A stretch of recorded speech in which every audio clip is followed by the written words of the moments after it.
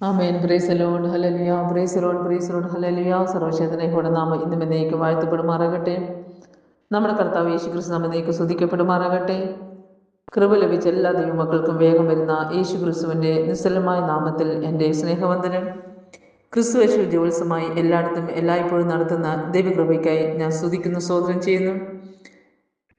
സ്തോത്രം ബൈബിൾ ധ്യാനിച്ചുകൊണ്ടിരുന്നപ്പോൾ എൻ്റെ ഹൃദയത്തിൽ തന്ന ഒരാലോചന നമുക്ക് ധ്യാനിക്കാം.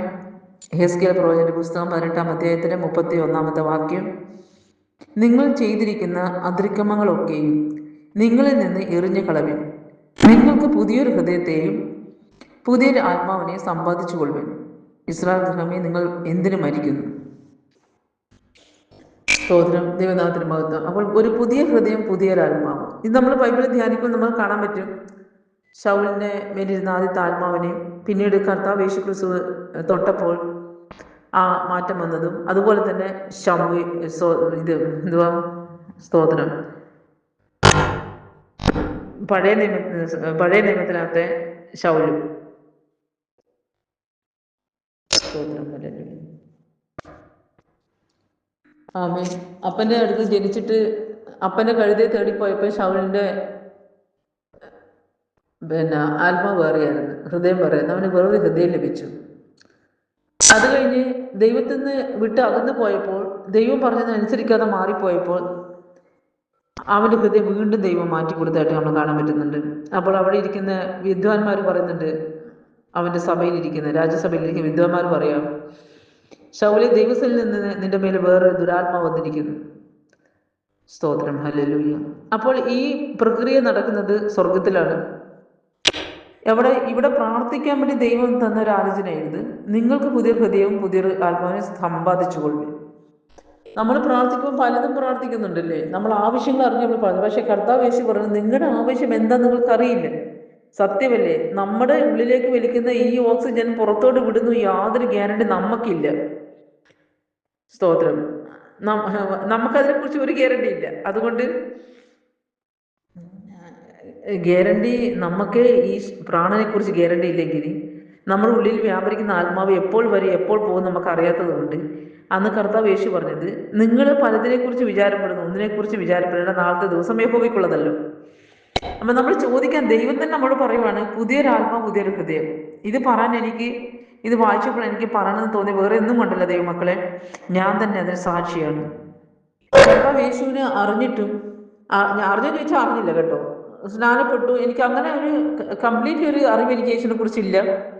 എന്നാലും യേശുവിൻ്റെ സന്നിധിയിൽ പ്രാർത്ഥിക്കുമ്പോൾ വിടുതലുണ്ടെന്നും സൗഖ്യമുണ്ടെന്നും, അങ്ങനെ യേശുവിൻ്റെ നാമത്തിൽ പ്രാർത്ഥിക്കുമ്പോഴെല്ലാം നമുക്ക് ഇതിനകത്തെല്ലാം ആശ്വാസം, സമാധാനമൊക്കെ ലഭിക്കുന്നുണ്ട്. നമുക്കൊരു വിശ്വാസം എൻ്റെ ഹൃദയത്തിൽ വരാനും എൻ്റെ ജീവിതത്തിൽ വരാനൊക്കെ തുടങ്ങിയപ്പോഴാണ് ഞാൻ സ്നാനപ്പെട്ടത്. എന്നാൽ ഈ പാപത്തെക്കുറിച്ച്, നീതിയെക്കുറിച്ചുള്ള ശരിയായ ബോധവും കാര്യങ്ങളൊന്നും എനിക്കില്ല. അന്നത്തെ എൻ്റെ മേലെ ഇരിക്കുന്ന ആത്മാവ് എന്ന് പറഞ്ഞാൽ പക, പിണക്കം, വിദ്വേഷം, മനസ്സിലായില്ലേ, കോപം എന്ന് വേണ്ട ക്ഷമിക്കാത്തൊരാത്മാവ്. അങ്ങനെ എന്താ പറയുക, തറുതല പറയുക, തർക്കിക്കുക, വാദിക്കുക, ഇങ്ങനെയൊക്കെയുള്ള പരിഹാസം പറയുക, മറ്റുള്ളവരെ കളിയാക്കുക, ഇങ്ങനെയൊക്കെയുള്ള ഒരു ആത്മാവ് എൻ്റെ മേലുണ്ടെന്ന് എനിക്ക് നല്ല ബോധ്യമായി. അത് ബോധ്യമായത് കാരണം പറയാൻ വെച്ചാൽ, ഞാനൊരു ഉപവാസ പ്രാർത്ഥനയിൽ എനിക്ക് പെട്ടെന്ന് ചേഞ്ച് ഉണ്ടായി. ആ ഉപവാസ പ്രാർത്ഥന കഴിഞ്ഞ് വന്നപ്പോൾ ഞാൻ പഴയ ശുചിതയല്ലായിരുന്നു, ഞാൻ പുതിയ ശുചിതയായി. പെട്ടെന്ന് എനിക്ക് ഇതിനോടൊന്നും ഇഷ്ടമില്ല. ഈവൻ തമാശ പറയാൻ ഇഷ്ടമില്ലാണ്ടായി, ആരുടെ തമാശ കേട്ടാൽ ചിരിക്കാതായി. അങ്ങനെ പല പല ദൈവഭയങ്ങൾ വന്നിട്ട് അതിൻ്റെ കംപ്ലീറ്റ്ലി എൻ്റെ ഭാഗത്തിനൊരു മാറ്റം വരാൻ തുടങ്ങി. അപ്പം എൻ്റെ കൂടെയുള്ളവരൊക്കെ ചോദിച്ചു, നിനക്കെന്താ പറ്റിയെന്ന്. ഇന്നലെ കണ്ട ആൾക്കാർ ചോദിച്ചു, പിറ്റേന്ന് കണ്ടപ്പോൾ സുജിതയ്ക്ക് എന്ത് പറ്റി എന്ന്. എന്നുവെച്ചാൽ മുഖഭാവം മാറി, എല്ലാം കംപ്ലീറ്റ്ലി ചേഞ്ചായി. അപ്പോൾ എനിക്ക് അവിടെ ഒരു പുതിയ ഹൃദയം ലഭിച്ചു, എനിക്ക് അവിടെ ഒരു പുതിയ ആത്മാവിനെ ലഭിച്ചു. അതാണ് സത്യം. അതിന് ദൈവമക്കളെ ഞാൻ എല്ലാവരോടും പറയും, സ്തോത്രം, അവർക്ക് വേണ്ടി പ്രാർത്ഥിക്കുക വേണം. ഇപ്പം ഞാൻ എപ്പോഴും പ്രാർത്ഥിക്കും, എൻ്റെ മക്കൾക്ക് വേണ്ടി, ദൈവമേ അവർക്ക് പുതിയൊരു ആത്മാവിനും പുതിയ ഹൃദയത്തെയും കൊടുക്കണം എന്നാണ് ഞാൻ എപ്പോഴും പ്രാർത്ഥിക്കുന്നത്. എൻ്റെ പേഴ്സണൽ പറഞ്ഞാൽ അങ്ങനെ തന്നെ പ്രാർത്ഥിക്കുന്നത്. പക്ഷേ ഇതെല്ലാവരോടും പറഞ്ഞ് എല്ലാവർക്കും ഇതിൻ്റെ തെളിവ് കൊടുക്കാൻ എൻ്റെ കയ്യിലുണ്ട്, ഇല്ല എന്നല്ല, ബൈബിളിനകത്ത് തെളിവാണിത്. പുതിയൊരു ആത്മാവിനെയും പുതിയൊരു ഹൃദയത്തെയും സമ്പാദിച്ചു കൊള്ളണം. അപ്പം ദൈവത്തോട് ചോദിക്കണം. അതിനാണ് കർത്താവ് യേശു പറഞ്ഞത്, നിങ്ങളോ പരിശുദ്ധാത്മാവിനെ ചോദിക്കുകയും, പരിശുദ്ധാത്മാവ് നമ്മുടെ ഉള്ളിൽ വരണം. മേളിൽ ദാവീദ് പ്രാർത്ഥിച്ചു, വന്നും പോയിരിക്കുന്ന ആത്മാവ് ഉണ്ടെന്ന് ദാവീദിന് മനസ്സിലായി. അപ്പോൾ ദാവീദ് പ്രാർത്ഥിച്ചു, സ്ഥിരമായ ഒരു ആത്മാവിനെ എനിക്ക് ദൈവമേ തരണമേ. അപ്പോൾ സ്ഥിരവാസം ചെയ്യണം പരിശുദ്ധാത്മ നമ്മുടെ കൂടെ. ഇപ്പോഴും വന്നു പോകുന്ന പരിശുദ്ധാത്മാവിന്റെ കൂട്ടായ്മ നമുക്ക് കാണാൻ പറ്റും.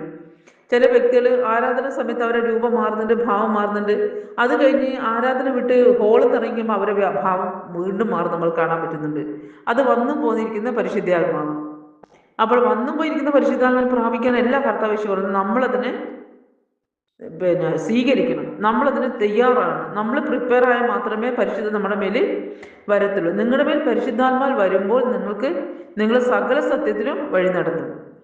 ശക്തി ലഭിച്ചിട്ട് നിങ്ങൾ ഭൂമിയുടെ അറ്റം വരെ പോകും. അപ്പോൾ ശക്തി ലഭിക്കാതെ നമുക്ക് എങ്ങോട്ടും പോകാൻ പറ്റത്തില്ല. അതായത് പരിശുദ്ധാത്മ ശക്തി നമ്മുടെ ഉള്ളിൽ നിറയുമ്പോഴാണ് നമ്മളെ യാത്ര ശുഭമായിരിക്കത്തുള്ളൂ. സ്തോത്രം ദൈവനാഥൻ. അപ്പോൾ പരിശുദ്ധ ദൈവത്തിനാൽമ നമ്മുടെ ഉള്ളിൽ വരണം. അപ്പം നമുക്കൊരു പുതിയ ഹൃദയം വേണോ വേണ്ടായോ? അതായത് ചതഞ്ഞും നുറുങ്ങിയിരിക്കുന്ന ഹൃദയത്തിനകത്ത് പരിശുദ്ധാത്മ അങ്ങനെ ഇരിക്കും. പരിശുദ്ധാത്മാവിന് വേണ്ടത് വിശാലമായ ഹൃദയമാണ്, നിഷ്കളങ്കമായ ഹൃദയം, അല്ലേ? അബ്രഹാമിന്റെ വാഗ്ദത്തം നിവൃത്തീകരിക്കപ്പെടാതെ അബ്രഹാം വിഷമിച്ചപ്പോൾ അബ്രഹാമിന്റെ ദൈവം പറഞ്ഞു, അബ്രഹാമെ നീ എൻ്റെ മുമ്പാകെ നിഷ്കളങ്കമായിട്ട് നടക്കാൻ പറഞ്ഞു. അപ്പൊ ഹൃദയത്തിന്റെ നിഷ്കളങ്കത ദൈവത്തിന് വലിയ പ്രാധാന്യമാണ്. അപ്പൊ ദൈവം നമ്മൾ ഹൃദയത്തിനകത്തെ ഹൃദയം മാറ്റിയാൽ മാത്രമേ പറ്റത്തുള്ളൂ. ഫറവോന്റെ ഹൃദയം ദൈവം തടിപ്പിച്ച് എഴുതിയിട്ടുണ്ട്, അല്ലേ? അങ്ങനെ നമ്മൾ ഹൃദയങ്ങളെ മാറ്റുന്നൊരു ദൈവത്തെ നമ്മൾ സേവിക്കും. ഇത് തെളിവ് ഞാൻ തന്നെയാണ്. എൻ്റെ ഹസ്ബൻഡ് എന്നോട് ചോദിക്കും, എൻ്റെ അമ്മ എന്നോട് ചോദിക്കാറുണ്ട്, എൻ്റെ വീട്ടുകാർ ചോദിക്കും, നിനക്ക് എങ്ങനെ ഇങ്ങനെ മാറാൻ പറ്റുന്നു, നീ എങ്ങനെ ഇങ്ങനെ മാറി? അവർക്ക് എല്ലാവരുടെ മുമ്പിൽ ഞാൻ ഒരു അത്ഭുതമായിരുന്നു. സ്തോത്രം. പരിശുദ്ധാത്മാവിന്റെ മേൽ വന്നപ്പോൾ എൻ്റെ ഹസ്ബൻഡിനോട് എൻ്റെ എല്ലാ പിണക്കും കാര്യങ്ങളും തർക്കവും അതെല്ലാം ഞാൻ സ്റ്റോപ്പായി. അങ്ങനെ എൻ്റെ ഹസ്ബൻഡിനോട് ചോദിച്ചു, നിനക്കെന്താ പറ്റി? എനിക്കിപ്പോ മിണ്ടാൻ വായിൽ നാവില്ലാണ്ടായിപ്പോയോ എന്ന് ചോദിച്ചു എന്നോട്. സ്തോത്രം. അതിനും ഞാൻ മിണ്ടാറില്ലായിരുന്നു. ദൈവനാഥന് മക്കളെ, അതുകൊണ്ട് ദൈവത്തോട് നമുക്ക് പ്രാർത്ഥിക്കാം. നമ്മുടെ മക്കൾക്ക് പുതിയൊരു ആത്മാവിനെ കൊടുക്കാൻ. അവരുള്ളിൽ വ്യാപരിക്കുന്ന ആത്മാവ് ഏതാണെന്ന് നമുക്ക് തിരിച്ചറിയാം. കർത്താവ് യേശു ക്രിസ്തു ആത്മാവിനെ കുറിച്ച് നമ്മളെ പ്രത്യേകം പഠിപ്പിച്ചിട്ടുണ്ട്. ഒരു മനുഷ്യന്റെ ഹൃദയത്തിൽ നിറയുന്നത് വായിൽ പുറപ്പെട്ടു വരും. ഹൃദയത്തിലുള്ള ദുഷ്ടത വായിൽ കൂടെ വരുന്നുണ്ടെങ്കിൽ ദുർസ്വഭാവങ്ങൾ, വാശി, ഇത് എന്നെക്കുറിച്ച് ഇപ്പൊ പറഞ്ഞല്ലോ, അങ്ങനെ സ്വഭാവങ്ങൾ, പിന്നെ അത് ദുഷ്ടന്റെ ആത്മാവാണ്. അപ്പൊ ഈ നീചനായ ദുഷ്ടനെ കയ്യിൽ നിന്ന് ദൈവം എന്നെ വിടുവിച്ച് അഭിഷേകം ചെയ്തത്. ദൈവത്തിന് അഭിഷേകം നമ്മുടെ മേൽ വരുമ്പോൾ മാത്രമേ ദൈവമക്കളെ നമ്മൾ അതിൽ നമുക്ക് ഒരു ഉദാഹരണം കൂടിയുണ്ട് ബൈബിളിനകത്ത്. യേഹു പട്ടണവാതിൽക്കൽ ഇരുന്നവർ ചിരിയും സൊറയും പറഞ്ഞുകൊണ്ടിരിക്കുന്ന ചെറുപ്പക്കാരായിരുന്നു. സ്തോത്രം. പക്ഷേ യേഹുവിനെ മേൽ അഭിഷേകം ചെയ്തപ്പോൾ യേഹുവിന്റെ ഭാവം മാറി. യേഹു എഴുന്നേറ്റ് ഉടനെ തന്നെ കുതിരയെ കയറി ദൈവത്തിന്റെ വേലയ്ക്ക് ഓടാൻ തുടങ്ങി. സ്തോത്രം. ഹല്ലേലൂയ. പിന്നെ യേഹുവിന്റെ പട്ടണവാതിൽ ഇരുന്ന് എവിടെയും നമുക്ക് വായിക്കാൻ കാണുന്നില്ല. അപ്പോൾ നമ്മളിങ്ങനെ ഇരിക്കുന്ന ഇരിപ്പിൽ നമ്മൾക്കൊരു രൂപാന്തരം വരണമെങ്കിൽ ആത്മാ നമ്മുടെ മേൽ വരുമ്പോഴും മാത്രമേ വരത്തുള്ളൂ. അതിന് അഭിഷേകം നമുക്കത് നമ്മൾ ധ്യാനിച്ചും ദിവസം നമ്മളെ തന്നെ ഒരുക്കിയും ഇരിക്കുമ്പോൾ മാത്രമേ പരിശുദ്ധ നമ്മുടെ മേൽ വരത്തുള്ളൂ. പാർക്കോസിന്റെ മാളിക മുറിയിൽ അവർ ഒരുങ്ങിയിരുന്നു. ഒരുമനപ്പെട്ട് അവർ ഒരുങ്ങിയിരുന്നപ്പോൾ പരിശുദ്ധാത്മ അവരുടെ മേൽ വന്നു. ദൈവം അയച്ചു എന്നാണ് പറയല്ലേ. ദൈവം അയച്ചാലും അയക്കാതെ വരത്തില്ല.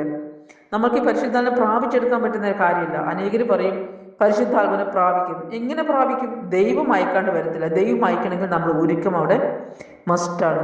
നമ്മുടെ പ്യൂരിഫിക്കേഷൻ എവിടെ വരെയുണ്ട്? നമ്മുടെ ഹാർട്ട് ദൈവം മാറ്റി തന്നിട്ട് വേണം അതിനകത്ത് ദൈവാത്മാവിനെ അയക്കാൻ വേണ്ടി. അപ്പോൾ എൻ്റെ ഹൃദയം മാറ്റി ദൈവം, എൻ്റെ ആത്മാവിനെ മാറ്റി ദൈവം.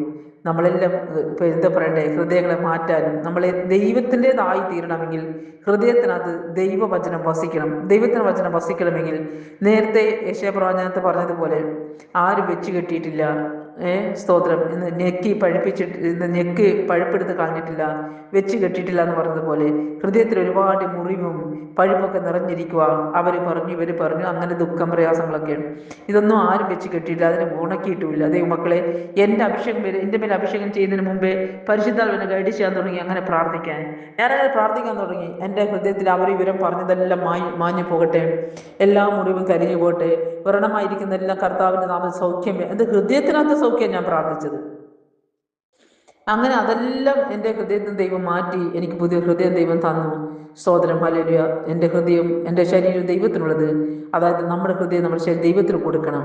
അത് ദൈവത്തിന് നമ്മൾ പ്രാർത്ഥിക്കണം. ദൈവമേ, എനിക്കൊരു പുതിയ ആത്മാവ്, പരിശുദ്ധാത്മ നിറവിൽ എന്നെ ജീവിപ്പിക്കണം, പരിശുദ്ധാത്മൻ്റെ മറവ് ജീവിക്കണം, പരിശുദ്ധാത്മൻ്റെ ശക്തിയാൽ എന്നെ ജീവിപ്പിക്കണം, പരിശുദ്ധാത്മനെ എൻ്റെ ഉള്ളിൽ അയക്കണം, എൻ്റെ ഹൃദയത്തെ അങ്ങ് മാറ്റിത്തരണം.